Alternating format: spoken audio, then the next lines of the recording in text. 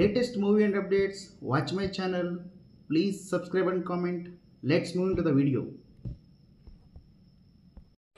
ప్రస్తుత పరిస్థితుల్లో ఎంత పెద్ద సినిమా అయినా సరే టీజర్ ట్రైలర్ చూసిన తర్వాతే అంచనాకు వచ్చేస్తున్నారు జనాలు.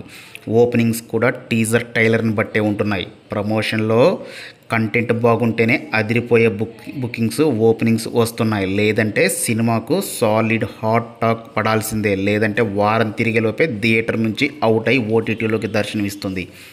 ఇక సినిమా బిజినెస్ కూడా కంటెంట్ను బట్టే ఉంటాయి. ఇటీవల Nani the paradise cinema glimpse release చేసి భారీ బిజినెస్ అయ్యేలా చేశాడు. అయితే వార్ 2 విషయంలో మాత్రం ఇది కాస్త రివర్స్ అయినట్లుగా అనిపిస్తుంది. ఎన్టీఆర్, హృతిక్ రోషన్ కలిసి నటిస్తున్న బిగ్గెస్ట్ మల్టీ స్టారర్ వార్ 2 రూపొందింది. దీంతో ఈ సినిమాపై పాన్ ఇండియా లెవెల్లో భారీ హైప్ ఉంది. ముఖ్యంగా తెలుగులో గట్టి డిమాండ్ ఉంది. తెలుగు వచ్చేసి ఏకంగా 100 కోట్ల వరకు కూల్చేస్తున్నారని వార్తలు. ఇక బడా నిర్మాతలు వార్ 2 రేసులో ఉన్నట్లుగా చెప్పుకొచ్చారు.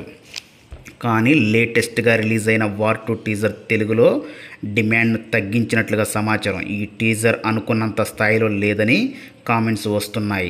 విజువల్ పరంగా తేలిపోయినట్లుగా ట్రోలింగ్ జరుగుతుంది. దీంతో తెలుగు రైట్స్ రేసు నుంచి ఒక టాప్ డిస్ట్రిబ్యూటర్ వెనక్కి తగ్గినట్లుగా తెలుస్తుంది. ఇది వార్ 2 నిర్మాతలకు పెద్ద దెబ్బే అని అంటున్నారు.